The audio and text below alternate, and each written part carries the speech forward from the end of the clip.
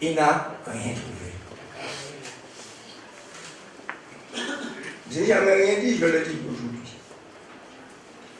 Il a décidé de faire des audits, c'est son droit le plus absolu, sur l'organisation de la région.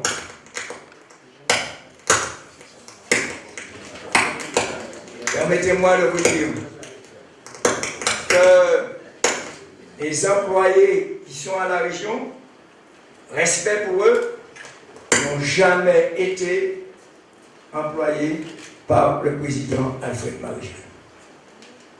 Ceux qui sont au contrôle des finances, je n'ai pas besoin de les nommer partout. En arrivant, je ne les ai pas renvoyés. Bien au contraire. Je n'ai pas mis de superintendant au-dessus de leur tête. J'ai fait de la formation professionnelle pour les mettre au top niveau. Le seul homme, je le dis aujourd'hui ici, je prends une responsabilité que je lui demandais à partir, parce qu'il avait fait une faute professionnelle, une faute politique, c'était simplement l'ancien directeur général des services de la région. Je n'ai pas traîné dans la boue. Nous avons réglé ça à hauteur d'homme, et personne ne le savait. Et je l'ai payé pour le temps qu'il fallait jusqu'à ce qu'il trouve un boulot. Je n'ai pas dit un tout. Il m'a même remercié. Aujourd'hui, il se trouve dans le dragon. Bravo! Voici l'homme marié. Je n'ai jamais cherché à traîner les hommes dans la boue. Donc, les hommes qui sont à la région ont été employés par les anciens présidents. À savoir qui? À savoir, c'était Césaire le premier, je ne dis pas méchamment, c'était Camille Garcia. Oui, écoutez, c'était naturellement un peu Cabra, et c'est moi-même. Mais les hommes clés n'ont jamais été changés à la région. J'ai fait de la formation à un tel point que l'on nous a situés par tête de dépense par habitant, en faisant la comparaison avec toutes les régions de France, comme on dit habitants et de Navarre, number one à ce sujet. Tout le monde le sait. Quel est le reproche comme on peut faire aujourd'hui? Bref. On a passé le plus clair de notre temps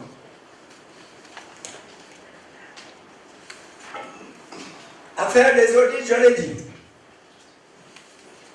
Mais on a passé le plus clair de son temps à débattre sur des sujets soi-disant techniques pour essayer de mettre en difficulté le président du conseil, l'ancien président du conseil régional, en ergotant sur les inscriptions d'AP ou d'AE ou de CP. Un débat hautement technique pour cacher l'intention véritable de ces messieurs qui sont du conseil régional aujourd'hui. Je l'ai dit, ce n'est pas pour le flatter. En dernier ressort, après toutes les démonstrations des autres camarades, en dernier ressort, lorsque Jean-Philippe Nilor a pris la parole pour démontrer que lorsque l'on passait de la M51 à la M72, pour ceux qui à M71, j'explique à tous ceux qui nous écoutent et qui ne sont pas des concrets. M51 veut dire la manière, le cadre qui avait été défini à l'époque pour mettre les crédits en place en recette et en dépenses. Et on devait basculer sur la M71, un nouveau cadre. Et dans ce cadre, qu'est-ce que l'on voulait faire? Introduire le cadre privé dans le cadre public. Cela veut dire qu'on voulait privatiser à la limite le cadre public. Et il y a eu, c'est tout à fait normal, un certain temps d'adaptation, un certain temps d'expérimentation. Pas plus pour la région que pour toutes les régions en France et pas tout ailleurs. Pour les communes. Et je vais dire tout simplement, ça vient de Bercy, c'est-à-dire du ministère des Finances, lui-même. On a essayé de polluer le débat en racontant des histoires jolies. Ministère des Finances, ceux qui ont petit caractère, ça ne fait rien. Qu'est-ce qu'on dit? L'instruction budgétaire et comptable M71 au 1er janvier 2010. S'il y a qui sont des experts plus forts que le ministère des Finances, tant mieux pour eux. Mais je me base sur ceux qui contrôlent véritablement toutes les collectivités. Et qu'a-t-il dit? L'expérimentation de l'instruction budgétaire et comptable provisoire M71, débutée en 2005, a pris fin à compter de l'exercice 2010. Ministère des Finances. Je ne peux pas continuer. À la suite de l'entrée en vigueur des textes législatifs et réglementaires, réformant définitivement le cadre budgétaire et comptable des régions.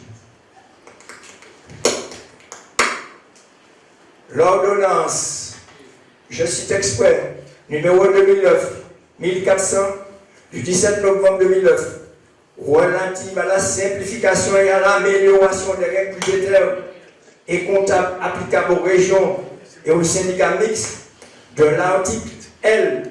5721-2 du Code général des collectivités locales a entériné les mécanismes expérimentés avec satisfaction par les régions depuis 5 ans. Cette ordonnance est complétée des décrets numéro 2009-1785 et 2009-1786, écoutez bien, du 31 décembre 2009. Ça ne s'applique pas. Allez chercher. Déjà, à travers cette énumération, vous voyez la manipulation qui a été opérée. Tous les accusateurs ont pendant des heures et des heures essayé d'induire les gens noirs en citant du fou. Moi, je cite la source principale.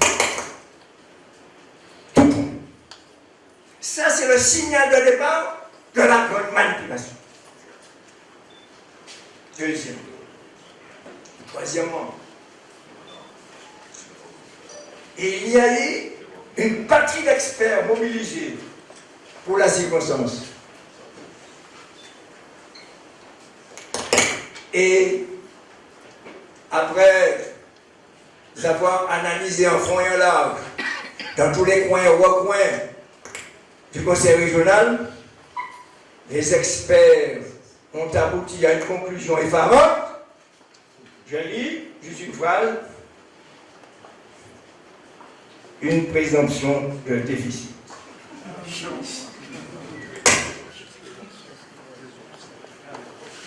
Une présomption de déficit. Permettez, sans faire de démagogie, à l'ancien président du conseil régional de Martinique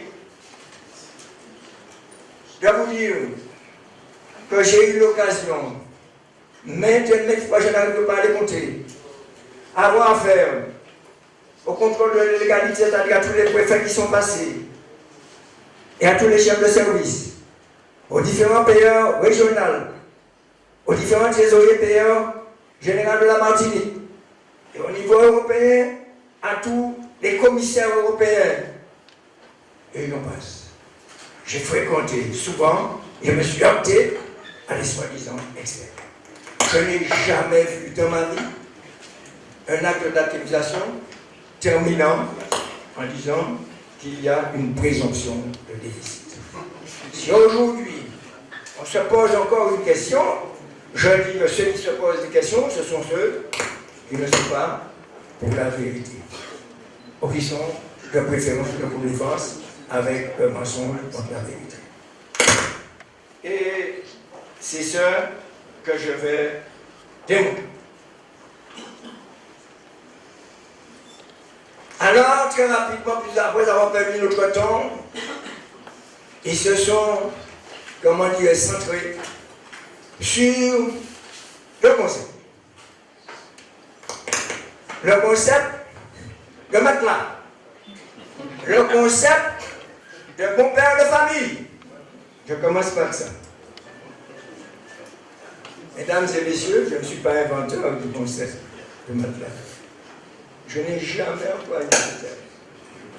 Pour tromper l'électorat, ils avaient déclaré tout d'abord, il y a un matelas d'argent inutilisé. Et en arrivant à la région, ils voient qu'il n'y a pas de matelas. Par contre, il y a quoi? Une marge de manœuvre retrouvée. Je vais revenir là-dessus, une marge de manœuvre retrouvée. Et j'avais même dit, comme l'a rappelé Daniel Marcet, qui permet toutes les folies, toutes les audaces.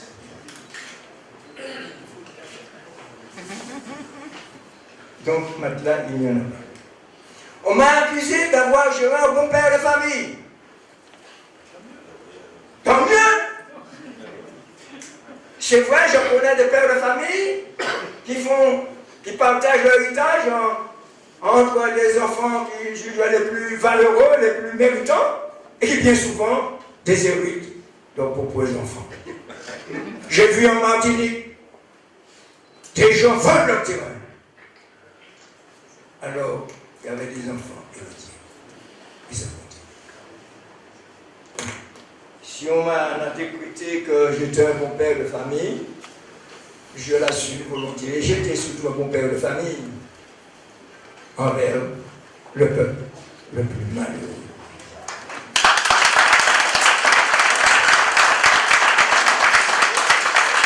Parce que, oui, je le revendique ici, très fort. J'ai laissé dans le budget, c'est pas dans ma poche, ça serait une part, c'est vrai, pour les investissements, pour payer les dettes et les déficits sur lesquels je vais revenir également, mais également pour y en deux ou trois monde dans la vie, il n'y a pas faire. Ça va vraiment pour faire dans la vie. Oui, j'ai aidé les malheureux.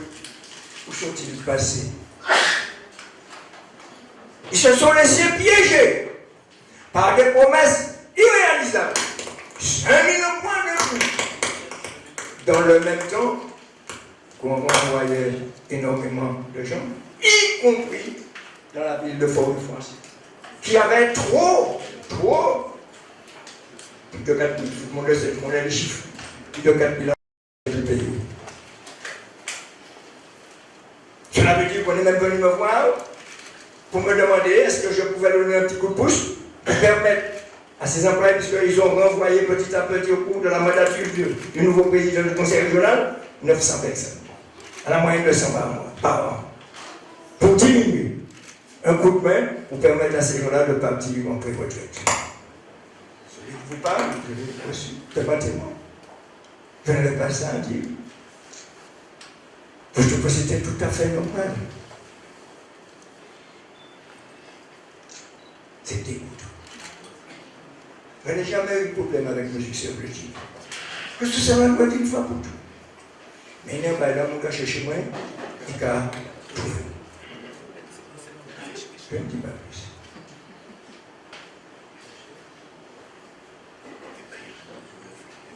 Continuons. Nous avons effectivement aidé les malheureux. Ça m'est arrivé. Je n'ai pas dit ce que j'ai fait. Et c'était prévu par la loi. Que nous puissions, à l'aide sociale, aider des gens. Des articles sont sortis en disant que j'avais un gamin et que j'achetais les gens. Si j'avais acheté les gens, je suis encore président du conseil régional au moment où je parle. Je n'ai jamais enquêté. Et la ville de Fort-de-France avait nommé quelqu'un en personne. Je ne veux pas demander.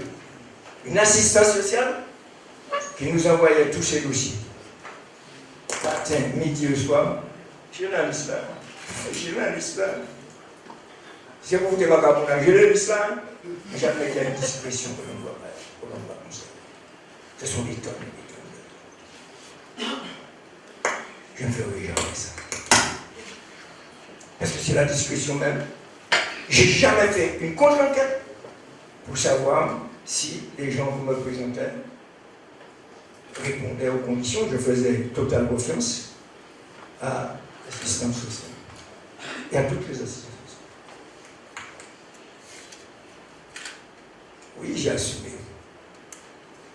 continuer à assumer. Venons-en maintenant, puisque le décor est planté, aux différents, comme le disait Daniel, aux différents griefs, aux différents actes d'accusation. Et là, je ne sais pas par quel bout commencer. Prenons tout simplement le cas des lycées. Nous avons eu un problème sur le lycée de Bellefontaine. Lycée que nous avons, patriotes martiniquais, bâti. Et donc quel souci? Dans le souci du rééquilibrage, du réaménagement de la Martinique. Parce que la côte Caraïbe, disons la côte Caraïbe comme la côte Nord-Atlantique, on disait que vous les avez abandonnés. À l'époque, vous écoutez, je le dis, ça risque de choquer, le PPM de M. Daxter avait voté.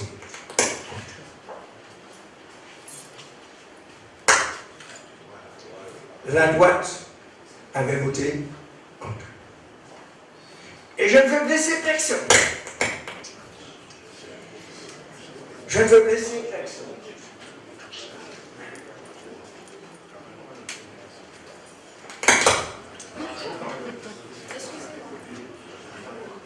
Dans la presse, il y a certainement un jack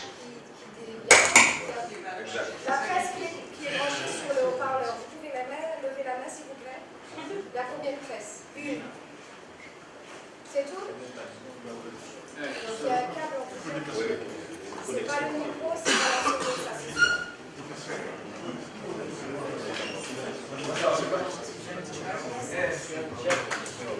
Il y a un jack certainement.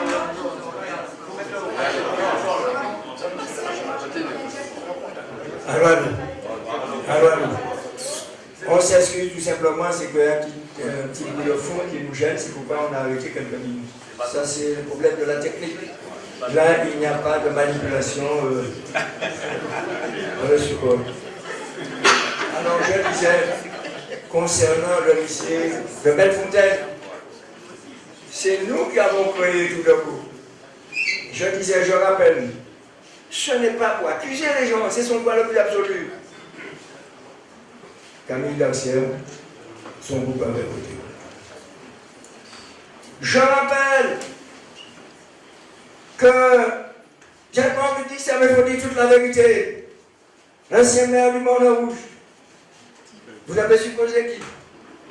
Pierrot Petit avait même traduit devant le tribunal la délibération qui avait été prise.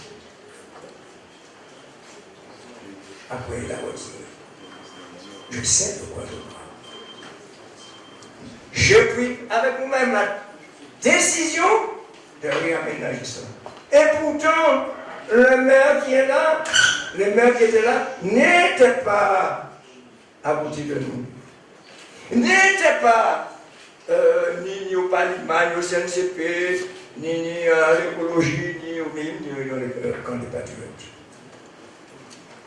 Ça vous suffit là pour comprendre la différence que nous avons avec les autres. Regardez ce qui s'est passé sur cette route. Tous les chantiers que nous avons fait. Et comme il y a même nous n'avons pas fait pour le problème. On a un exemple. Et nous portons plainte. Nous portons plainte. Parce que je vois que depuis quelque temps, tout le monde s'accapare du parasismique.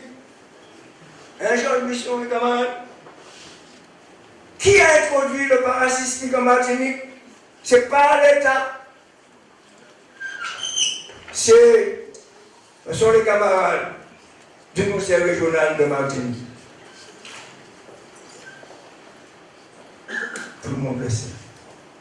Nous avons formé et ingénieurs, et architectes, et chefs d'entreprise, et également des ouvriers pour mettre en place ce système. Il est tout à fait normal qu'au début, il est quelque part. Nous avons fait. Excusez-moi. Aujourd'hui, tout le monde s'est capable. On veut même nous donner des leçons comme si c'était leur bien personnel. Il ne s'agit pas d'un bien personnel, il s'agit d'un bien de la Martinique, initié par les patriotes martiniquais.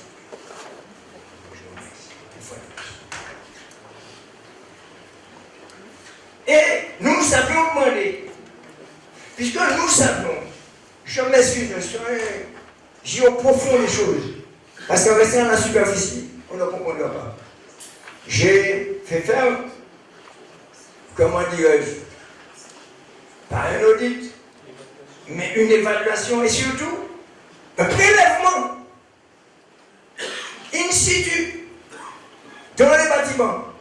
Parce que nous avions réclamé, écoutez bien, un renfort supplémentaire qui allait au-delà des normes qui étaient jusqu'alors appliquées en Martinique.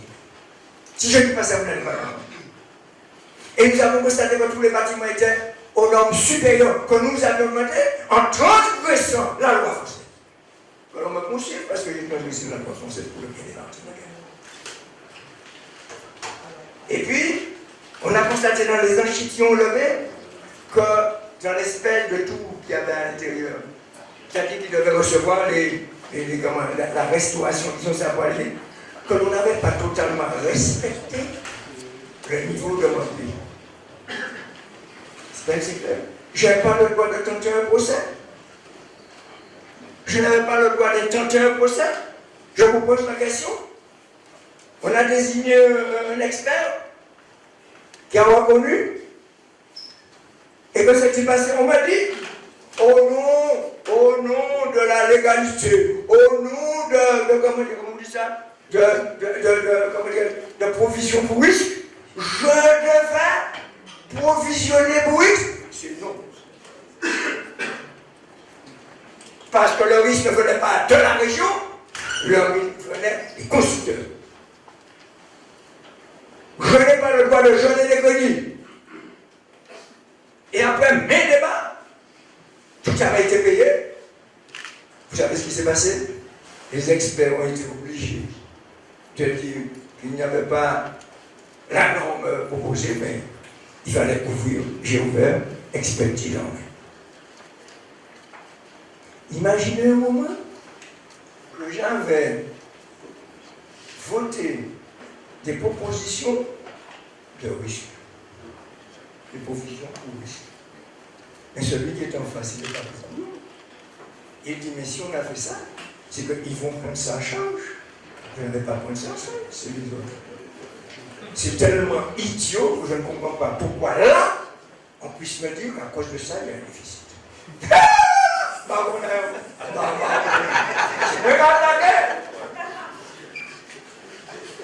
Il fallait que je provisionne. C'est pas provisionner. Par contre, je vais faire un parallèle. Lorsqu'il s'est agi de... On cherche les chiffres exactement. Ah, je retrouve. Lorsqu'il s'est agi du temps de Daxer, je le donne comprendre. Il y a eu, concernant deux lycées, c'est pour montrer qu'en comparaison n'est pas raison. Du temps de Daxer, il y a eu deux plaintes déposées contre le conseil régional. Ce n'est pas la même chose. C'est moi qui porte plainte.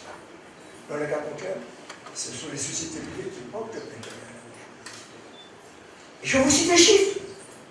Il s'agit de nos femmes du MES pour le lycée du Lamatin qui demandaient 28 millions de francs. Lourd, hein? Quand je dis francs, ce n'est pas des centimes, non, lourd. Et concernant la SOGEA, pour le lycée de Rivière-Salée, ils demandaient, écoutez le chiffre, 84 477 667 francs hors taxes, en mettant les taxes. Imaginez-vous, vous faites le total, ça dépassait les 112 ou 120 millions de francs. documents qui se trouvent dans la région. Comparaison n'est pas raison. C'est là qu'il y a eu le risque. Si on regarde psychosocial, la teneur de la loi, c'est là qu'il faudrait mettre les provisions pour risque. Puisque c'était la région qui était attaquée. Donc ça a refusé. Et je ne me fais pas. Ni comme quoi. À qui faut un dommage. On n'a pas attaqué. La chambre régionale des comptes ne s'est même pas inquiétée. Ce qui est grave. Et aucune provision n'a été mise en place, comme le prévoit la loi. Et je vais vous lire le texte. La réponse formulée par Christian Vitalien. Je le dis pour qu'on soit au courant, on ne l'attaque pas. Et il dit ceci. Cette estimation ne signifie aucunement que les sommes estimées sont dues par la région. Cependant, nous ne connaissons aujourd'hui ni l'issue, ni la durée de la procédure entamée. Ce, malgré la qualité de l'argumentaire établi par la CEMAF, et vous qui se trouvez de l'autre côté, la même CEMAF, en collaboration avec le Conseil. Et il continue en disant ceci, la rétention de la provision gèle des crédits budgétaires qui ne peuvent être consacrés au financement d'opérations réelles et immédiates.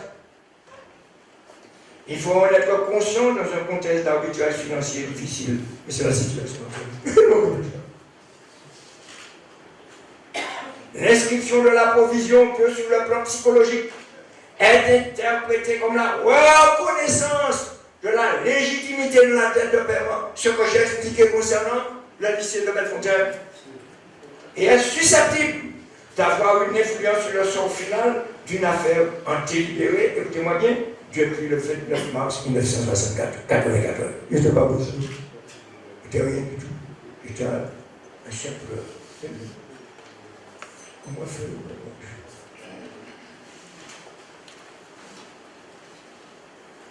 Et il dit, il peut être considéré comme illogique que tout en reconnaissant n'avoir donné aucun ordre de service de nature à réaliser des travaux dont le coût est réclamé, ou générer les surcoûts, aujourd'hui prétendus, nous prenons l'initiative d'inscrire une provision. C'était le droit. Alfred Marie-Jeanne n'a jamais tenté d'accéder sur ce principe que je trouvais tout à fait fondé. Ni Gauss, ni Marie-Jeanne, ni Capra, ni Capra, Émile, ni Alfred Marie. Le Concorde vient de la faire. Et l'avocat, Maître Félix Cholot, je cite les références de l'élection-là, qui défend les intérêts du Conseil régional à l'époque. Que dit-il de cette lettre? Je ne vais pas dire le tout, la fin. Je ne vais pas me répéter trop. Quoi qu'il en soit, il convient d'éviter soigneusement de prendre quelque décision que ce soit, tendant à évaluer la dette du Conseil régional alors que l'affaire est en cours de délibéré. Il est souhaitable d'attendre la décision du tribunal administratif et de respecter scrupuleusement son délibéré. Je me tiens à votre disposition pour toute information complémentaire. Félix Cholot. Aujourd'hui, on va attendre. Et c'est là qu'il fallait attendre. Je n'ai pas fait quoi que ce soit. Chemin faisant, on nous dit, je crois que c'est dans le domaine du lycée, qu'il y a un problème au lycée du Gauche. Je dois vous dire, je fais une déclaration solennelle. La CEMAF, la Société d'économie mixte d'aménagement de la ville de Fort-de-France, qui est en dèche. Le président, vous le connaissiez, c'est lui qui est venu à la direction de la région. Vous savez ça, n'est-ce pas? Je m'en parle. Et j'avais la possibilité, deux possibilités. Ou bien je faisais un appel d'offres général, ce qui risquait, vu le volume des travaux qu'il y avait à faire, que ce soit des sociétés étrangères qui accaparent ce marché. La CEFAF est venue me voir en me disant, nous sommes projet. Tous les élus, y compris Pierre Sarou, qui était président de la commission BTP, c'est deviné. Il dit, j'avais un balade, prends tes responsabilités. Parce qu'il y avait une deuxième possibilité, c'était donner à la CEMAF ce travail. Et je l'ai fait. Tout seul. Tout seul. Sur mon unique signature. Sans le consentement de tous les gens. Et le préfet m'en avait reproché. Mais je n'avais pas volé. Je n'avais pas commis le délit. Et les mauvaises langues de l'époque disaient que cet argent avait été recyclé d'abord pour la ville de Fort-de-France de la Parfaite. Et voilà pourquoi nous avons eu du retard dans l'exécution des travaux. Personne ne peut me demander. J'ai patienté, il y a des difficultés. Effectivement, ils ont traîné. Ça a perduré. C'est moi qui attaque en disant que vous n'avez pas respecté les délais. On m'a dit il faut que je provisionne. Je provisionne quoi? Alors comment passe l'argent? Parce qu'il faut savoir ce qui s'est passé. Je faisais des avances, pas des avances comme vous savez, des avances pour leur permettre pour commencer les travaux. C'est ça qu'il faut rappeler aux gens. Cet homme-là n'a pas foutu. Il a pris des risques majeurs à la circonstance pour sauver les autres. Aujourd'hui, notre artiste a posé devant les tribunaux. Il s'est engagé. Et si on a pris du retard, je le reconnais, c'est à cause de lui. Les papiers sont là. Attends. Où est-ce qu'il y a un déficit alors? Mais non. Où est-ce qu'il y a un déficit? Mais démontrez-moi, où est-ce qu'il y a un déficit? Dans la démonstration que je vais vous faire. Où est le déficit? Pour rester encore dans le domaine des lycées. Vous savez ce qui s'est passé? Après le tremblement de terre, ouais, ils reste dans le même domaine. La région Martinique s'est trouvée, non pas en difficulté, mais devant des bâtiments un petit peu fracassés. Heureusement que le président Marie-Jeanne avait pris une assurance contre ce risque. D'autres, y compris à Fort-de-France, n'ont jamais fait. Et je vais citer un seul exemple. C'est l'exemple du lycée du Marin. Comment on dit? Montserrat, c'est bien Montserrat. Raymond-Lévis. Regarde-lui. Attends, je peux me tromper de lycée, mais c'est un lycée humain. Raymond-Lévis. Et il y a un bâtiment qui était devenu, je ne citerai pas d'autres phosphate, je vais citer un seul. C'est quoi si je passe en revue tous les endroits où on a été problèmes, je ne vais pas finir. Vous savez ce qui s'est passé? Il y a eu un bâtiment effectivement qui menaçait. Je suis allé sur les lieux. Et je suis entré en contact, à négocier avec l'assurance qui ne voulait pas dédommager. Daniel Marie s'est fait quoi? Quand elle a mémoire de Et on m'a demandé, moi qui attaque, on m'a demandé de mettre des provisions pour risque. Elle dit aussi, moi qui gagne. J'attaque l'assureur, on m'a dit de mettre des provisions pour risque. J'ai jamais vu ça,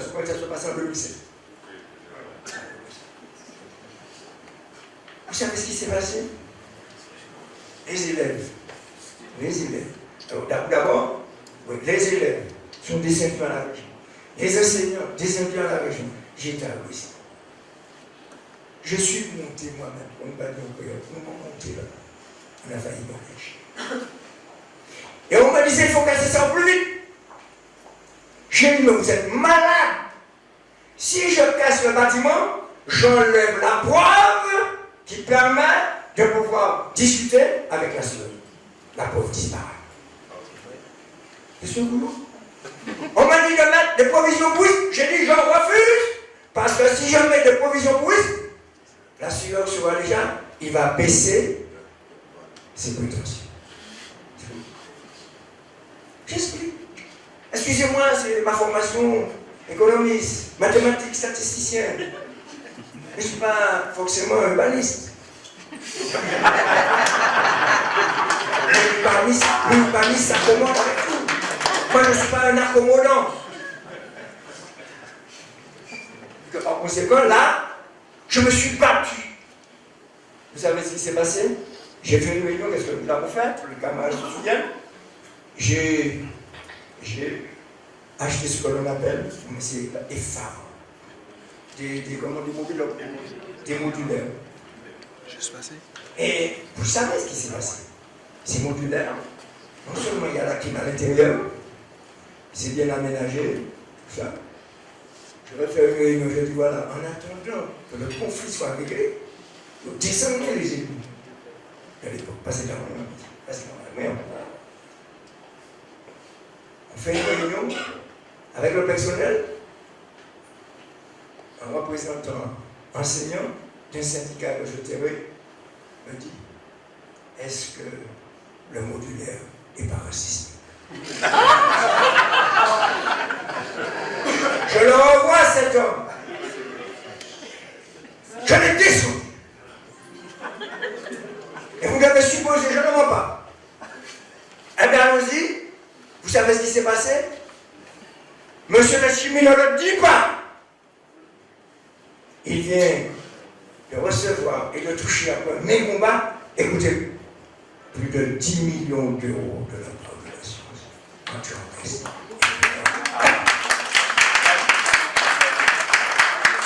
Alors, il faut raconter les histoires.